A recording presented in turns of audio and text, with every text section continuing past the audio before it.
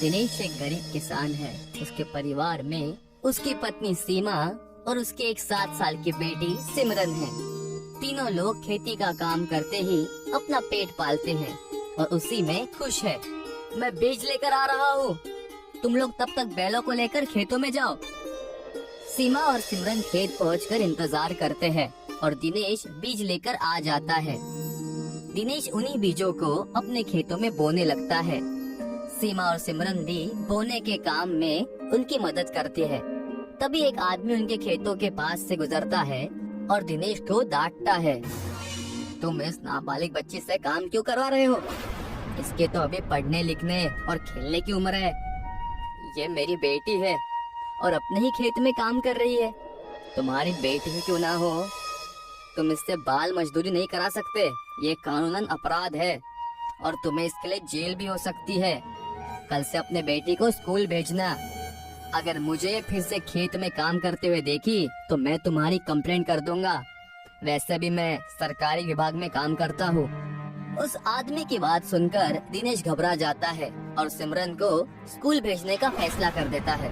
वो खेत को अधूरा जोता हुआ छोड़कर स्कूल जाता है और प्रिंसिपल से मिलता है। मुझे अपने बेटी का दाखिला इस स्कूल में करवाना है।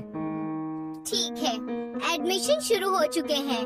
आप 20,000 रुपए एडमिशन फी भर दीजिए। मैं आपकी बेटी का एडमिशन कर दूंगी।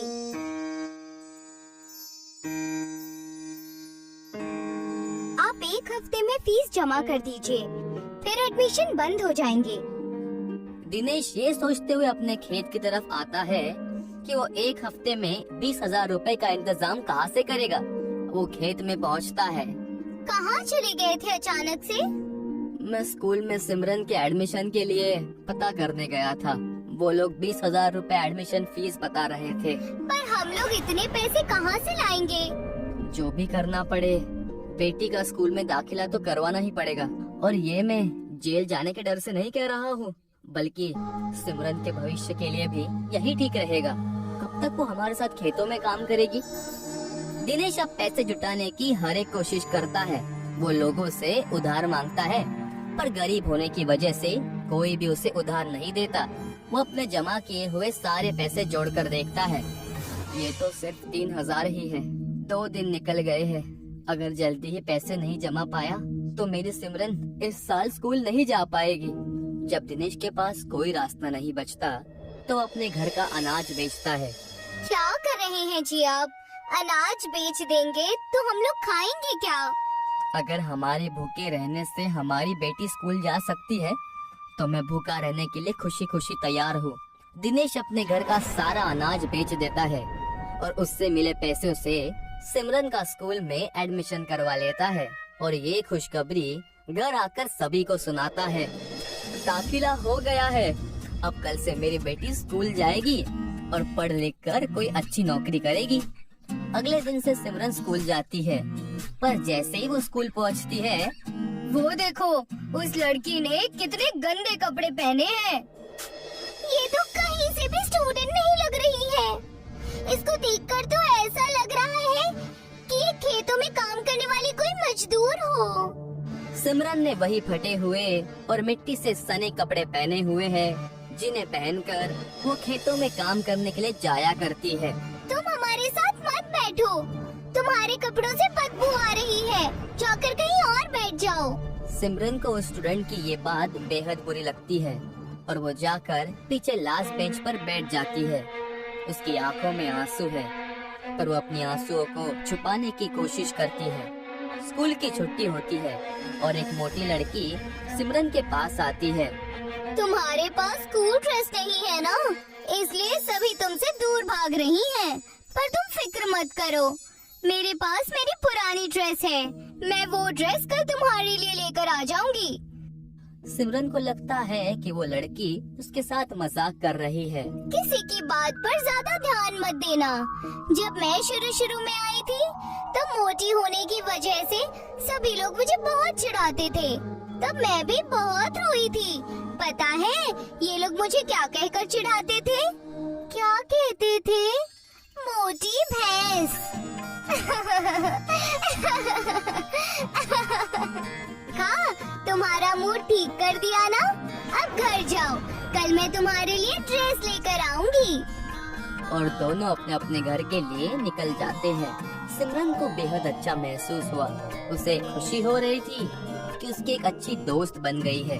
सिमरन खुशी खुशी घर जाती है और अपने दोस्त के बारे में अपनी माँ को बताती है। सिमरन और दिनेश बेहद खुश है कि सिमरन दूसरे बच्चों से जल्दी ही घुलने मिलने लगी है और उसकी एक दोस्त भी बन गई है। अगले दिन जब सिमरन स्कूल जाती है तो वो मोटी लड़की पहले से वहाँ एक ड्रेस लेकर पहुँची हुई थी। ये लो, वॉशरूम में जाकर ड्रेस चेंज करके आ जाओ। सिमरन ड्रेस चेंज करके आती है, पर ये ड्रेस उस पर बेहद ढीली हो रही है। उसके साथ ही उस ड्रेस को जगह जगह से चूहों ने काटा हुआ है, जिस पर पूरी ड्रेस पर छेद हो रखी है। सभी स्टूडेंट्स उसका मजाक उड़ाते हैं।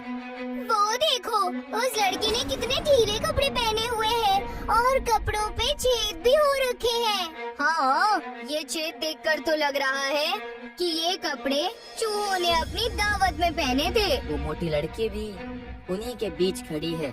ये देखकर सिमरन को लगता है कि उसने जानबूझकर सिमरन को ये फटी हुई ड्रेस दी है ताकि स्टूडेंट्स उसका मजाक उड़ा सके। सिमरन रोती हुई स्कूल से निकल जाती है। मैंने किसी का क्या बिगाड़ा है?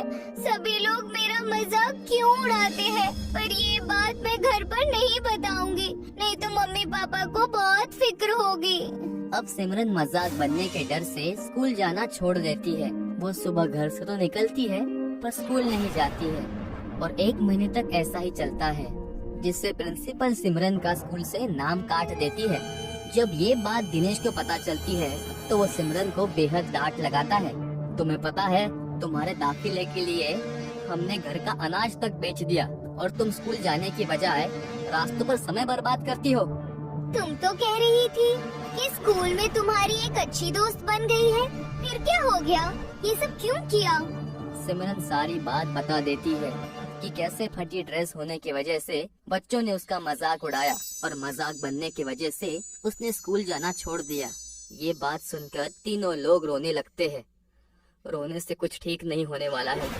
हमें फिर से दाखिले के लिए पैसे इकट्ठा करने होंगे और स्कूल के लिए ड्रेस भी। आप पैसों के बारे में सोचिए, मैं ड्रेस का इंतजाम करती हूँ।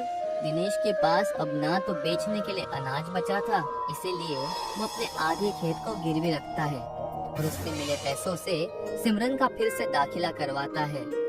सीमा भी दिन रात मेहनत करके घास को बुनकर सिमरन के लिए स्कूल ड्रेस और स्कूल बैग तैयार करती है।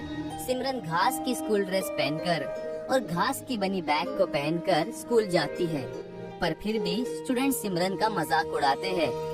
पर इस बार सिमरन किसी की बात पर ध्यान नहीं देती। वो मन लगाकर पढ़ाई करती है। मेरे पापा ने मेरी तालीम के लिए खेत तक गिरवी रख दिए हैं। मैं एग्जाम में अच्छे मार्क्स लाकर पापा को खुश कर दूंगी।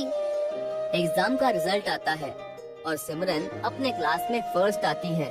जो भी स्टूडेंट्स फटे कपड़ों की वजह से उसका मजाक उड़ाते थे, वो उससे माफी मांगते हैं। हमें माफ कर दो सिमरन, हमें लगता था कि सिर्फ नए कपड़े पहनकर ही पढ़ाई की जा सकती है, पर तुमने तो फटे हुए कपड़ों में ही क्लास में टॉप कर दिया। अच्छा, मैथ्स में हमारे कुछ डाउट्स हैं, उन्हें क्लियर करने में हेल्प करोगी ना? हाँ हाँ, जरूर करूँगी। क्लास में टॉप करने पर सिमरन को स्कॉलरशिप मिलती है, जिसमें उसकी फीस की माफी के साथ साथ स्कूल ड्रेस और कुछ नई ड्रेस भी मिलती है। ये देखकर दिनेश और सीमा बेहद खुश होते हैं। हमारी बेटी ने तो कमाल कर दिया, खेत गिरवी रखने का। अब मुझे कोई दुख नहीं है। अब तो कल से तुम नई ड्रेस पहनकर स्कूल जाओगी। नहीं माँ, मुझे आपकी बनाई हुई ये घास की ड्रेस ही पसंद है। इसी ड्रेस को पहनकर मैंने क्लास में टॉप किया था और इसी ड्रेस को पहनकर मैं आगे की पढ़ाई भी करूँगी। सिमरन घास का ड्रेस पहनकर स्कूल जाती है। अब वो और भी ज्यादा मेहनत करती है और आगे भी हर एक क्लास में टॉप करती है। सिमरन को कॉलेज से ही प्लेसमेंट मिलती है और वो अपने जॉब की पहली कमाई अपने पापा दिनेश को देती है। ये लीजिए पापा, आज मेरी फर्स्ट सैलरी आई है। आज मुझे तुम पर बेहद गर्व हो रहा है। मैं आज जो भी हूँ आपके और माँ के प्यार और सपोर्ट की वजह से हूँ। सभी खुश हो गए और अपनी जिंदगी जीने लगे।